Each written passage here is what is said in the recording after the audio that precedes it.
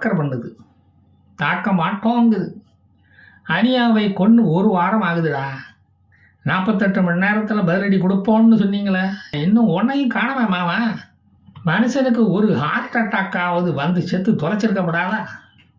புண்ணியமாக போயிருக்கும். இப்படியா எங்கள் உயிரை எடுப்பது?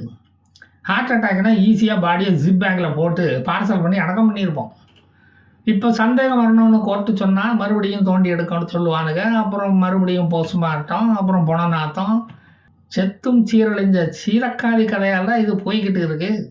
3வது உலகப் போரை உலகுக்கு தந்த செல்வ பெருந்தகையே அப்படின்னு இஸ்மாயில் ஹனியா படத்தை போட்டு போஸ்டர் அடிக்க வச்சுருவான் போல இருக்கே. இனி அடுத்த ஹிரோஷிமா நாகசாகி நகரம் எதுன்னு தான் இப்போ தெரியல. போகிற பார்க்க பார்த்தா அதுக்கும் பெட்டு கட்டி சூதாட்டம் ஆட தொடங்கிடுவான் போல இருக்கேன். இலங்கையில் கூட முன்ன இருந்த எல்டிடிக்கும் டெலோ விடுதலை புலிகளுக்கும் ஆகாது. கடும் பகை இருந்தது. இபிஆர்எல்எஃப்க்கும் இஆர்எஸுக்கும் ஆகாது. இதில் வேற தமிழ்நாட்டில் இருந்து டெசோன்னு ஒன்று, அது வேற குறுக்கா மறுக்கா வந்துட்டு போகும். இவனுங்க மாறி மாறி குண்டு வச்சு செத்துக்கிடுவானுங்க. அது மாதிரி மிடில் ஈஸ்ட்லேயும் நடக்குதோ என்னமோ. அல்கைத, வண்ணாங்கைத, இப்படி இந்த மாதிரி உள்ள பயங்கரவாத குழுக்களுக்கு இருக்கிற நேர்மை உங்ககிட்ட இல்லையடா. லஷ்கர் இ தொய்பான்னா இந்நேரம் கொன்னதை வீடியோ பிடிச்சி இணையதளத்தில் வெளியிட்டு இருப்பான். இப்படி தான் கொன்னோன்னு காட்டியிருப்பான். அவங்கிட்ட இருக்கிற நேர்மை உங்ககிட்ட இல்லையே. சுட்டு போட்டாலும் அது உங்களுக்கு வராதுடா. அவனோட இந்த நேர்மையை பாராட்டி தான் இஸ்லாமிய சமூகமே அவங்கள ஆதரிக்கிறாங்க. அது தெரியுமா? தலையில் தூக்கி வச்சு கொண்டாடுறாங்க. தெரிஞ்சிக்கோ. ஹனியாவுக்கு கத்தாரில் செக்யூரிட்டி பலமாக இருந்ததால் அவரோட சொத்தை அபகரிக்க முடியல. அதை கொள்ளையடிக்க நினைச்ச கும்பல் ஈரானுக்கு அவர் வரும்போது இதை வச்சுக்கிட்டாங்க போல. ஈரானின் சோப்லாங்கி போலீஸ் கண்ணில் மிளகாப்பொடியை தூவிக்கிட்டு எப்படியும் கதையை முடிச்சிடலான்னு நினைச்சாங்களோ என்னமோ. சந்தேகம் ஒன்று வந்துச்சா எப்படியெல்லாம் மூளையை கசக்கி சிந்திக்க வேண்டியது இருக்குது பார்த்தீங்களா? ஈரானில் உள்ள அணு விஞ்ஞானி, மண்ணு விஞ்ஞானி, வெடிமருந்து விஞ்ஞானி எல்லோரையும் இப்படித்தான் மண்ணுக்குள்ளே அனுப்புனாங்க. எங்கள் அமைதி பூங்காவுக்கு வந்து பாருங்க, கொலை பண்ணுனா அருவாளை ரத்தம் சொட்டா போலீஸ் ஸ்டேஷனில் எடுத்துகிட்டு வந்து நேர்மையாக சரண்டர் அடைஞ்சிடுவாங்க. தெரியுமா? தமிழக கொலையாளி மாதிரி உங்ககிட்ட ஒரு நேர்மை நியாயம் ஒன்றும் இல்லையே. எங்கள் திராவிட நாட்டில் வந்து எங்கள் கலாச்சாரத்தை படிச்சுட்டு போங்க ஐயா. தமிழன் என்று சொல்லடா, சரக்கு போடாமல் தலை நிமிர்ந்து நில்லடா. இஸ்ரேலுடைய எதிரி நாடுகள் நிறைய இருக்குது. Saudi, Iran, Oman, Kuwait, UAE, Iraq, Libya, Lebanon, Syria, Yemen, Bangladesh, Brunei, Sudan, Algeria, Malaysia, Pakistan. இவற்றில் ஏதாவது ஒரு நாடு ஹமாஸ் தலைவனை கொன்று இஸ்ரேலுக்கு ஒரு நெருக்கடியை உருவாக்கி இருக்கலாம் இல்லையா? சந்தேகம் இஸ்ரேல் மேலே தானே திரும்பும். Think differently.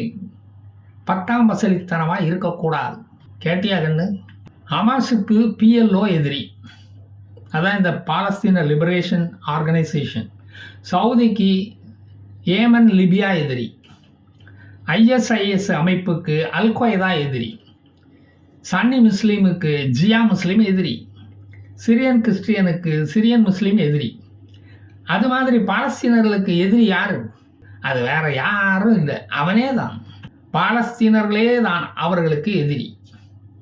அவர்களுக்கு பாலஸ்தீனம் என்ற நாடு இருந்துவிடக்கூடாது என்ற எண்ணத்தில் தான் அக்டோபர் 7ஆம் தேதி இந்த தாக்குதலை தொடங்கி வைத்து இன்று வரை தோல்விகரமாக நடத்தி கொண்டிருக்கிறார்கள்.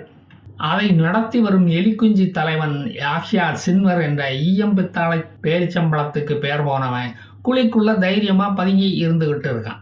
அவரது வீரத்தை பார்த்து அவரையே ஹமாஸ் தலைவனாக இப்போது தேர்ந்தெடுத்திருக்கிறார்களாம்.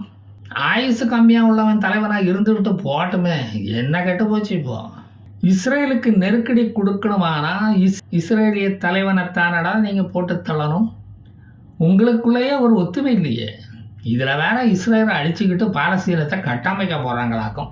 பாலஸ்தீனத்தை கட்டமைக்கிறேன்னு நீங்கள் கட்டமைச்சது எல்லாம் காங்கிரீட்டு டனல் தான். அங்கு தீவிரவாதிகளை தவிர, பயங்கரவாதிகளை தவிர வேறு யாரும் அங்கே குடியிருக்க முடியாது. மண்ணுக்கடியில் போரிட்டு ஜெயித்ததா இதுவரை சரித்திரமே இல்லைடா. நீங்களா வந்து இஸ்ரேலை ஜெயிக்க போகிறீங்க, இஸ்ரேலை ஜெயிக்க வைக்க போகிறீங்கடா. இஸ்மாயில் ஹனியா விஷயத்துக்கு வருவோம். எந்த குழுவும் செஞ்ச குற்றத்தை ஒப்புக்கொள்ள போகிறதில்ல. அதுக்கு தான் ஊருக்கு இழைச்ச பிள்ளையார் கோயில் ஆண்டி ஒருத்தன் இஸ்ரேல்னு ஒருத்தன் இருக்கானே, அவன் மேலே பழிய போடுவோம். அவன் தான் இஸ்மாயில் ஹனியாவை கொன்னான் அப்படின்னு Hamas, Houthis, Hezbollah, popular front of liberation of Palestine Islamic Jihad என்ற ஈண்டி கூட்டணி ஒரு மனதாக முடிவு செய்து விட்டது. அப்போ ஈரானுக்கும் இஸ்ரேலுக்கும் ஈரான் இஸ்ரேலை வந்து தாக்க போகுதா, போர் ஆரம்பிக்க போகுதா அப்படின்லாம் கேட்காதீங்க. நாங்கள் எதுக்கு அப்பாவி இஸ்ரேலை தாக்க போகிறோம்? அதுக்கு தான் தீனி போட்டு வளர்க்குறோமே 3 தண்டங்களை கூலிப்படை. அது எப்பவும் போல் தாக்கும். அவங்க தான் நாங்கள் இட்ட உத்தரவை நாயாக நிறைவேற்றுறவங்க. இல்லை சாலமன் பாப்பாயாவை கிட்ட சொல்லி ஹனியாவை யார் கொண்டாங்க அப்படின்னு ஒரு பட்டிமன்றம் நடத்தி பார்ப்போம்.